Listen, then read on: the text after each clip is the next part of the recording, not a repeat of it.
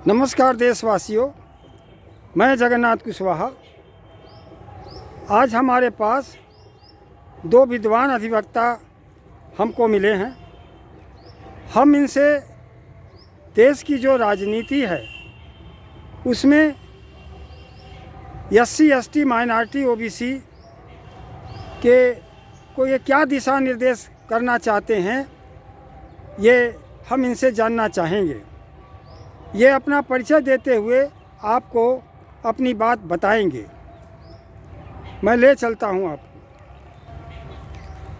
जी, मैं महेंद्र प्रसाद एडवोकेट, किसान न्याय मोर्चा प्रदेश संयोजक, और हम लोग देश और प्रदेश की सामायिक परिस्थितियों को देखते हुए राजनीतिक आंकलन करते हुए मैं दलित, पिछड़ा, अल्पसंख्यक एवं यहाँ के मूल निवासियों से यही हर जगह मीटिंगों में, संगोष्ठी के माध्यम से, जनसभा के माध्यम से अपील करते हैं कि आप लोगों को जो राष्ट्रीय पार्टी कांग्रेस और भाजपा है, तो भाजपा के अगेंस्ट हम लोग पूरी तरह से पूरे देश में मोर्चा बना करके जो लड़ाइयाँ लड़ रहे हैं जगह जगह से, उन लड़ाइयों में हम लोग अपील करते हैं कि आप लोग हम लोगों का साथ दें। साथ देने के साथ साथ समीक्षा भी करना पड़ेगा, क्योंकि समीक्षा इस मामले में करना पड़ेगा कि आपके मूलभूत अधिकार, संविधान, जन भागीदारी, जाति जनगणना, आरक्षण और शासन प्रशासन में भागीदारी सुनिश्चित करने के लिए हमारे बीच में आज कौन हम लोगों की बात संसद से सड़क तक ले आ रहा है, और उसमें कौन लोग पीछे से वार कर रहे हैं कि लड़ाई को कमज़ोर किया जाए, इस पर समीक्षा हुई हम लोगों की।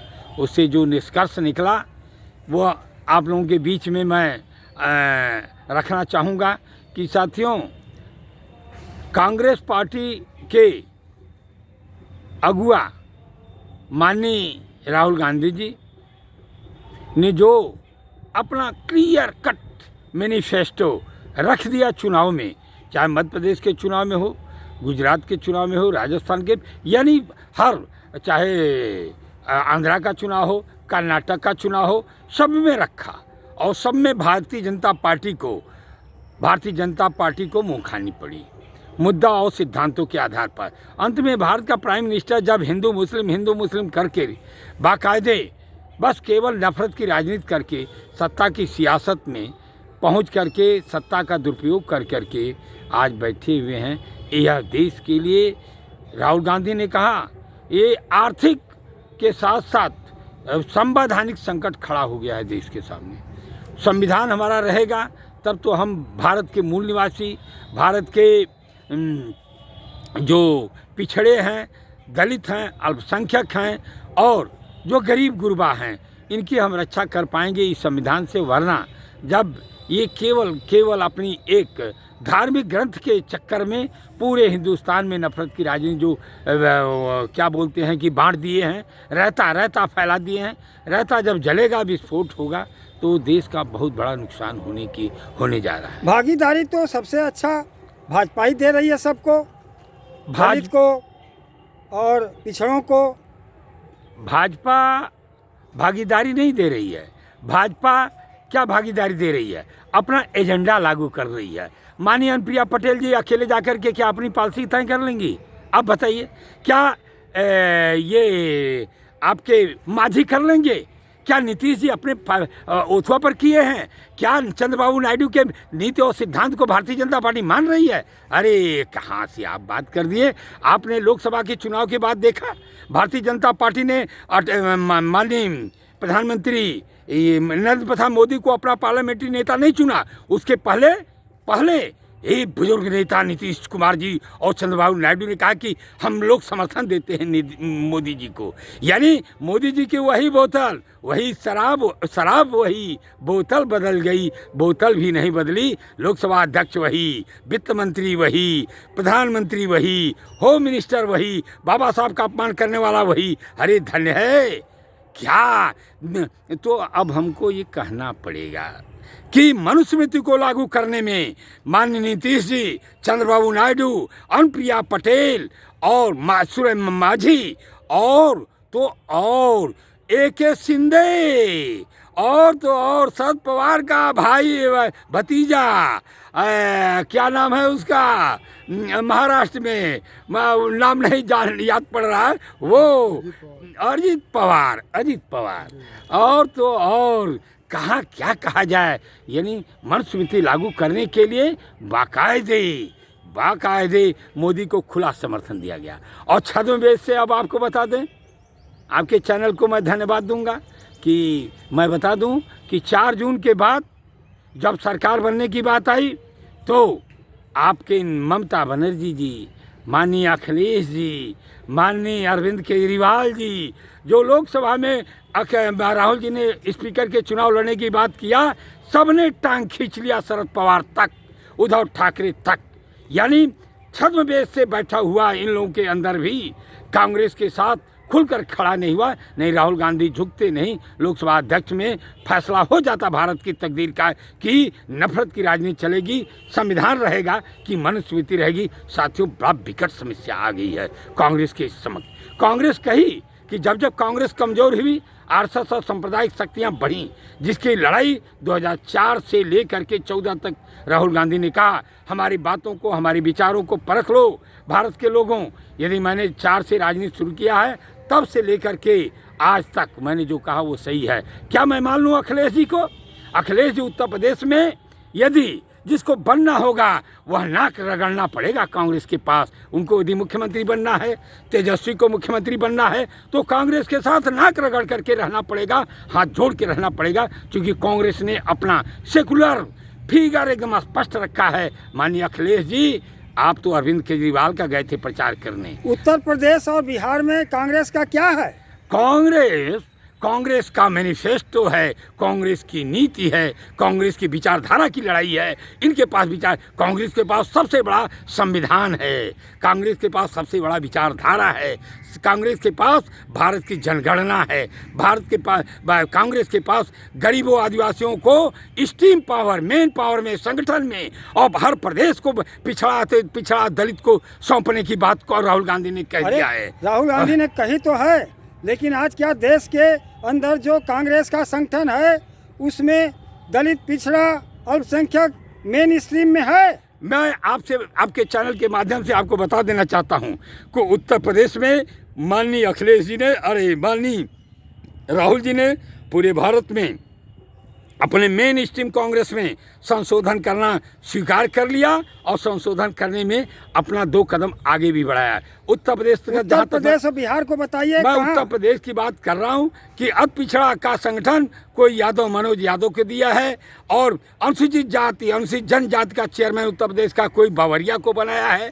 और तो और उत्तर प्रदेश का संगठन पोस्टपोन रखा गया है। माननीय राहुल जी से और कांग्रेस से कहूँगा कि उत्तर प्रदेश का पिछड़ा कुशवाहा, पटेल, बिंद, मलाह, निषाद को उत्तर प्रदेश की कमान सौंप करके और संगठन को तेज करके हम लोग अपने विचारधारा की लड़ाई को तेज करें। चूँकि बहुत स्पष्ट कह दें कि जिस समाजवादी पार्टी अब पीडीए की बात आप कर रहे हैं, अब बार पीडीए की बात करें, PDA secular power, secular state, secular की लड़ाई नहीं लड़ पा रहा है। लड़ पाने का सेंस यह है जिसकी कुर्सी धोई गई वो जा करके महाकुंभ में स्नान करे। ललकार दिया होता महाकुंभ में तो यह कांड नहीं होता। अखिलेश ही ललकार दिए होते कि मैं इसका बहिष्कार करता हूं, जो जहां हो वहां नहाए। इस पाखंड में नहीं पड़ेंगे, लेकिन जा करके नहा करके उस को अपनी कुर्सी धोई हुई बात को सच साबित कर दिया कि हम बड़ व्यवस्था के पोषक हैं। और बकिया और क्या कहें उनको कि अब लड़ाई बहुत बिहड़ है। लेकिन कांग्रेस में जब हमको भाजपा से लड़ना है पूरे देश में, चाहे बिहार हो, बिहार में भी लालू, अरे भाई लालू के यहाँ ईडी सीबीआई पड़ी, मानिए आज 10 साल हो गया मोदी जी को। अखिलेश के साथ साथ मायावती के यहाँ कहीं रेड नहीं पड़ा। अरे वाह, इनके पास संपत्ति नहीं है। और तो और, अरे वाह, इसमें छद्मवेश छिपा हुआ है समाजवादी पार्टी में। माननीय अखिलेश के चाचा जी कहते हैं कि कांग्रेस बीजेपी एक है। मैं अखिलेश के चाचा से पूछना चाहता हूं, अब अखिलेश के चाचा जी से पूछना यही चाहता हूं कि अब समाजवादी पार्टी को कितना अंदर डालोगे? तूने 22 में सरकार नहीं बनने दिया, अब क्या 27 में भी सरकार नहीं बनने दोगे? तो अब तुम अपना रास्ता बन लो है। अच्छा प्रताप सिंह, शिवपाल का लड़का धर्मेंद्र सिंह, अखिलेश जी, उनकी पत्नी जी, अब क्या पूरा उत्तर प्रदेश लोकसभा में आप 5-8 एक ही परिवार है। कौन सा उत्तर भारत में तस्वीर पेश कर रहा है? और अंबेडकर की लड़ाई जो राहुल और प्रियंका ने लड़ दिया संसद में, और नील गगन में नीली साड़ी, मैं बार बार कहता हूँ, और नीला शर्ट पहन करके संविधान की रक्षा के लिए निकल पड़ा वो नौजवान। अब देश नौजवान के पीछे अग्निवीर पर एक शब्द नहीं है। कहाँ देश जा रहा है? राहुल बात करेंगे। अग्निवीर पर राजनाथ सिंह को नंगा कर दिया लोकसभा में राहुल ने, और अडानी के मुद्दा पर ममता बनर्जी और अखिलेश जी भाग गए। अरे भाई, 4 जून की बात बता दूं, वही लोकसभा अध्यक्ष अभी बोला हूँ, लोकसभा अध्यक्ष के चुनाव में क्या हुआ? अखिलेश जी भाग गए, फिर इसमें ममता बनर्जी भाग गई, अरविंद केजरीवाल भाग गए, और फिर अरविंद केजरीवाल का गए थे प्रचार करने। अब क्या हुआ? हम तो और पहले बोल दिया था कि देखिए छद्मवेश से काम नहीं चलेगा। अखिलेश जी खुल करके कांग्रेस के साथ, और कांग्रेस को उचित भागीदारी, और छोटे छोटे लोगों को मुख्यमंत्री बनना है तो सबको भागीदारी देते हुए अपने उत्तर प्रदेश का जैसे भारतीय जनता पार्टी कर रही है वैसे सबको समाहित करके चुनाव 2027 साहब कह रहे हैं कि कांग्रेस सामाजिक न्याय की बात कर रही है, SC ST OBC माइनॉरिटी को मेन स्ट्रीम में लाने की बात कर रही है, लेकिन संगठन में अभी भी पूरे देश के अंदर जो स्टेट का संगठन देखिए तो SC ST माइनॉरिटी OBC को सामने नहीं लाया गया है, न मेन स्ट्रीम में बैठाया गया है, न कोई मूवमेंट कांग्रेस का प्रदेशों में चल रहा है। आप क्या कहना चाहेंगे? अपना परिचय के साथ बताइए। मैं जावेद एडवोकेट। कांग्रेस पूरे देश में सबको लेकर चलने वाली पार्टी है, हमेशा से चलती आई है। चाहे वह इसके पहले सोनिया गांधी रही हो, चाहे मनमोहन सिंह रहे हो, हमेशा अल्पसंख्यक और OBC दलितों का हमेशा सम्मान कांग्रेस में हुआ है, आगे होता रहेगा। जिस तरीके से राहुल गांधी जी ने सामाजिक न्याय के लिए, जाति जनगणना के लिए और पिछड़ रही अल्पसंख्यकों के लिए जो आवाज़ संसद से लेकर सड़क तक उठा रहे हैं, शायद वो आज के डेट में विपक्ष में कोई नेता ऐसा उठाने वाली आवाज़ नहीं है। आज राहुल गांधी जी को धन्यवाद दिया जाए कि उन्होंने एक जो है निर्भीक भाव से और बगैर स्वार्थ के लड़ाई में जो है आगे चल रहे हैं। हम लोग उनके साथ, राहुल जी के साथ रहेंगे। जावेद भाई, उत्तर प्रदेश का तो माइनॉरिटी अखिलेश जी के साथ है। अखिलेश देश नहीं है, देश राहुल है। राहुल पूरे देश की लड़ाई लड़ रहे हैं, अखिलेश केवल जो है यूपी में है, और यूपी में भी हैं तो कांग्रेस के वजह से हैं। आज जो 35 सीट आई है वो कांग्रेस की देन है। अगर कांग्रेस लड़ती तो निश्चित रूप से 1000, 2000, 5000 वोट से ये जो है हारते, और पिछले चुनाव की तरह 2 सीट 3 सीट पे आगे जाते। और उनको घमंड नहीं होना चाहिए कि बगैर कांग्रेस के हम सरकार बना लेंगे यूपी में 2027 में। उनको कांग्रेस को लेना ही होगा, और पूरे देश में जहाँ जहाँ भी चुनाव होने जा रहा है, बगैर कांग्रेस के कोई भी विपक्षी पार्टियाँ भाजपा के मुकाबला नहीं कर सकती। बहुत बहुत धन्यवाद जी। आप दोनों लोगों के विचार देशवासी सुनेंगे और इस पर मनन और चिंतन करेंगे, और देश की धारा में देश जो के जैसा इन लोगों का कथन है उसके हिसाब से विचार करते हुए देशवासियों को, खास तौर से SC ST OBC माइनॉरिटी को इस पर विचार करना चाहिए। इन्हीं बातों के साथ वाणी को विराम देता हूँ। धन्यवाद।